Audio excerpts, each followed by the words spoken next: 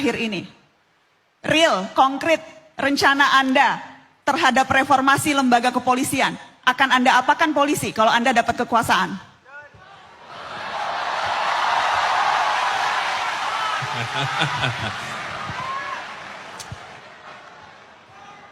Wih, jangan dong, bahaya.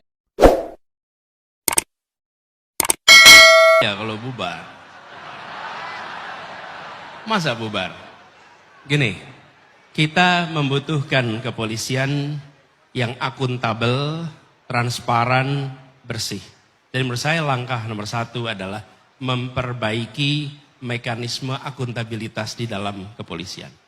Semua langkah yang dikerjakan adalah langkah yang bisa dipertanggungjawabkan.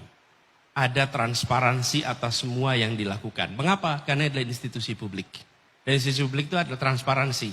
Dari mulai ke aktivitas di tingkat paling bawah, tingkat polsek misalnya, sampai dengan tingkat yang paling atas. Dengan ada transparansi itu, maka akuntabilitas bisa kita laksanakan. Yang kedua, harus ada pengembangan profesionalisme, kompetensi. Ini fakta di lapangan, bahwa banyak sekali saudara-saudara kita yang bertugas di kepolisian tidak mengalami pembekalan yang cukup. Kalau tidak punya keterampilan, pengetahuan, kemampuan untuk bisa menggunakan segala macam teknik baru, maka teknik-teknik lama lah yang akan dipakai. Dalam interogasi, ilmu interogasi sudah berkembang begitu besar. Tapi kalau kita tidak mempelajari ilmu-ilmu itu, maka teknik-tekniknya juga akan teknik-teknik lama. Dan apa yang terjadi? Muncul praktek-praktek penyimpangan. Yang ketiga, institusi polisi harus menjadi contoh di dalam pelaksanakan penegakan hukum. Anggota polisi yang bermasalah, yang melanggar hukum harus menjadi subjek untuk diperiksa. Tidak bisa justru anggota kepolisian itu terbebas bila melakukan pelanggaran. Mereka yang harus menjadi contoh. Dan yang keempat adalah pelibatan publik di dalam pengawasan kepolisian.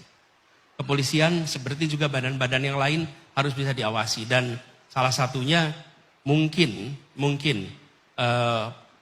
Ombudsman, kemudian Kompolnas bisa memiliki akses yang lebih baik dalam pengawasan. Jadi dengan cara begitu, maka apa yang dikerjakan oleh kepolisian bisa dipertanggungjawabkan kepada publik. Tapi kata kuncinya adalah transparansi, akuntabilitas. Begitu. Mas Anies, saya mau konkret. Tim percepatan reformasi hukum yang dibentuk Kemenko Polhukam itu merekomendasikan satu hal spesifik soal kepolisian. Disebut perlu dilakukan pembatasan penempatan anggota Polri pada kementerian dan lembaga lain. Saat ini banyak anggota Polri yang ada di berbagai jabatan sipil di kementerian. Sebagai sekjen, sebagai irjen, pelaksana kepala daerah, sampai komisaris di BUMN. Dan tim percepatan reformasi mengatakan itu perlu dibatasi. Joknya di kalangan masyarakat, NKRI Negara Kepolisian Republik Indonesia. Joknya seperti itu. Dan ini rekomendasi tim percepatan. Sependapat dengan itu Anda akan batasi? Pemerintahan harus meritokratik. Bukan hanya kepolisian dibatasi. Posisi-posisi yang tidak seharusnya diisi oleh orang yang kompetensinya berbeda, jangan diisi dengan orang yang berbeda. Karena apa yang terjadi, nanti kita akan melihat institusi itu tidak fungsional lagi. Jadi menurut saya fair saja. Jadi termasuk dari kampus. Dari kampus bisa menjadi sekjen, bisa menjadi dirjen. Kalau dia memiliki kompetensi yang tepat, nggak apa-apa. Tapi kalau nggak boleh. Hanya karena misalnya presiden dari kampus A, terus kemudian semua dosen-dosen dari kampus A menjadi pejabat di A, B, C, D, E. Nggak bisa itu. Jadi, apakah itu yang terjadi sekarang, Mas Anies? Saya hanya follow up loh ya. Cuma follow up question loh. Gitu ya, sekarang terjadi ya? Mau nanya balik, capresnya kesampaian Mas? Iya, mudah-mudahan tidak.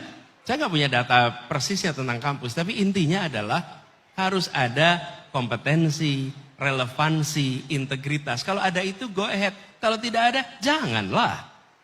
Oke.